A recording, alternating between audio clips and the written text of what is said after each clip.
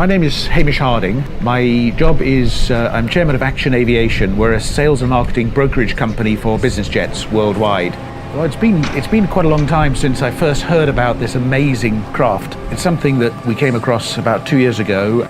I love adventure. I've been lucky enough to get opportunities in my life to do adventurous things. I've always liked extremes of possibility. It's the challenge of going somewhere that practically nobody else has gone to. The extremes down there are phenomenal.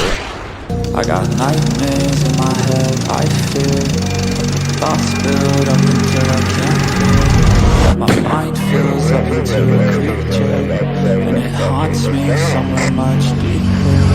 I got nightmares in my head, I fear. Hello and welcome to True Crime Rocket Science, the most authentic voice in true crime.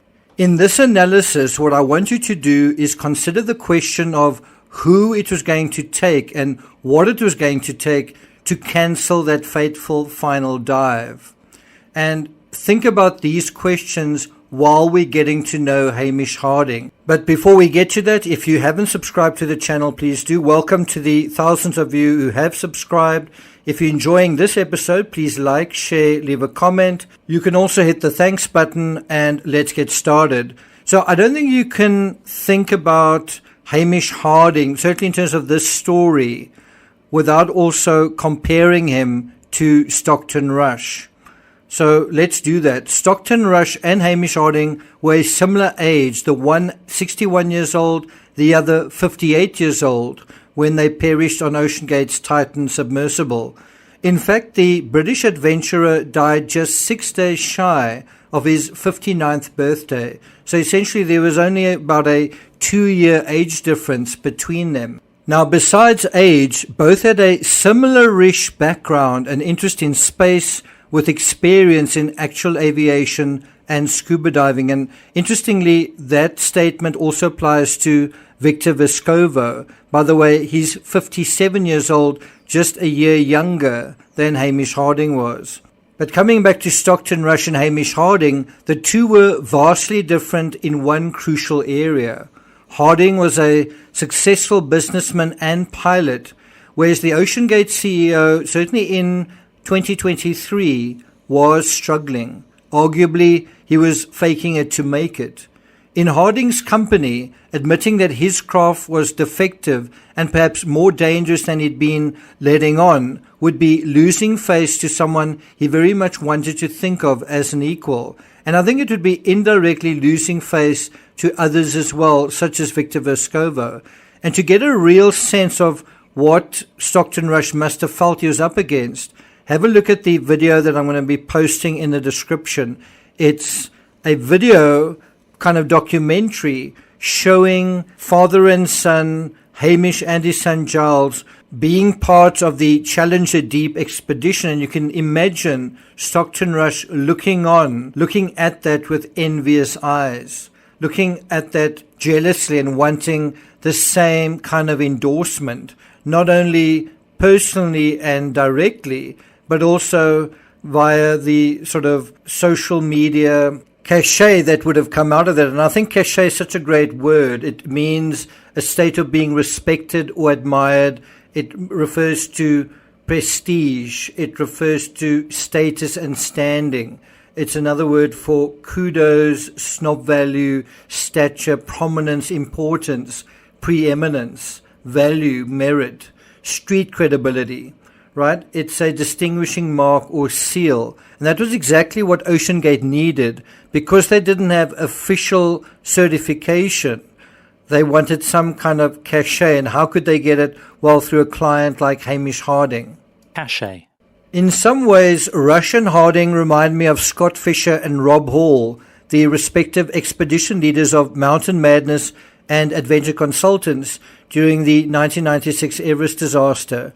They were also in a kind of friendly rivalry with one another. Although Harding wasn't the CEO of some other submersible company, he had dived with Triton, OceanGate's biggest rival in the commercial shipping business. If they could get Harding successfully down to the Titanic and safely back up again, they'd score, as I say, tremendous cachet. They would get a lot of kudos in terms of credibility, public relations, a social media bonanza, and clout. It would be something like a backhand compliment they could swing at their legions of critics, saying effectively, if Harding believes in our craft, why can't you? Harding was a big name, and billionaires also have wealthy friends. Life would be a lot easier, Stockton Rush may have thought, if he ended the 2023 season punching Harding's ticket. So you can see Hamish Harding was a powerful incentive for Stockton to override any reservations he might already have.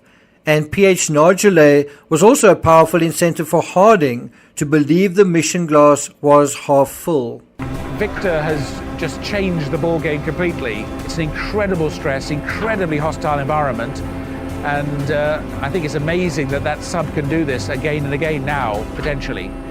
That was marketing gold for Victor Vescovo's Triton submersible company 2 years ago. It earned 80,000 views. Stockton Rush had to be thinking, I got to get me some of that.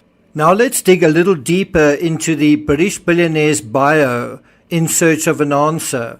And so when we go to the Telegraph, we find out that Harding developed a love for space and aviation while watching the Apollo moon landing aged 5. And I must say, this whole thing where he brings his son along, and also just his attitude when he's on the ship and submersible, you kind of get a sense of childlike, someone who's almost having a second childhood, and also boys and their toys kind of thing. And although he gained his pilot's license early on, like Stockton, before founding his international aircraft brokerage company in 2004, he made his name in business. And again, Stockton did the same. In Hamish's case, with the London-based software products and services company Logica, becoming managing director of its subsidiaries in Saudi Arabia and then India. According to the article in the Telegraph, a 2000 profile in the Times of India, it observed of Harding that speed gives him a high as nothing else does. Aviation, skydiving and scuba diving keep him living on the edge, and there's no other way he would have it. Harding's done 400 jumps all over the world. About 12 years before that, another newspaper reported that he and 4 skydiving friends traveled to Poland. It was then a communist country, and they jumped off almost every aircraft the Polish military possessed. Other passions included skiing with annual holidays in Zermatt, Switzerland, hashing, which is described as exhilaratingly fun combinations of running, orienteering and partying, and then also dune bashing in the Arabian desert.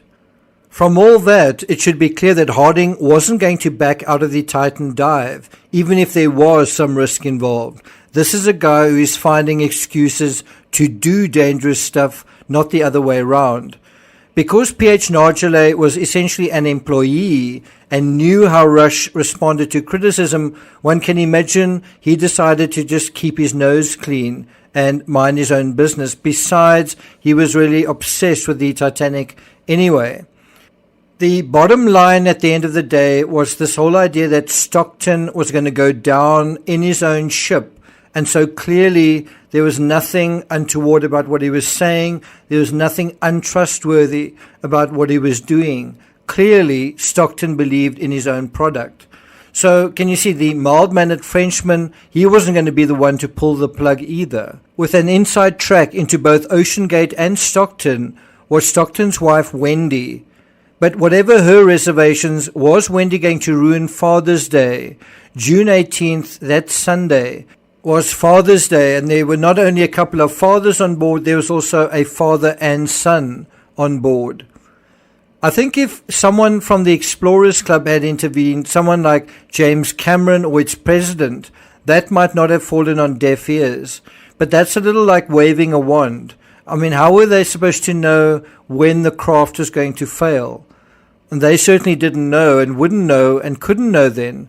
The craft had succeeded on numerous dives and could easily have succeeded on one more dive. But in an ideal world, had Cameron somehow magically learned that the Titan would not be good for another dive, and that PH Nargile wouldn't be able to get his 38th ticket. And if he had called the crew in person and had also spoken to Hamish, perhaps there would have been a different outcome. But can you see how unlikely and difficult that whole situation is?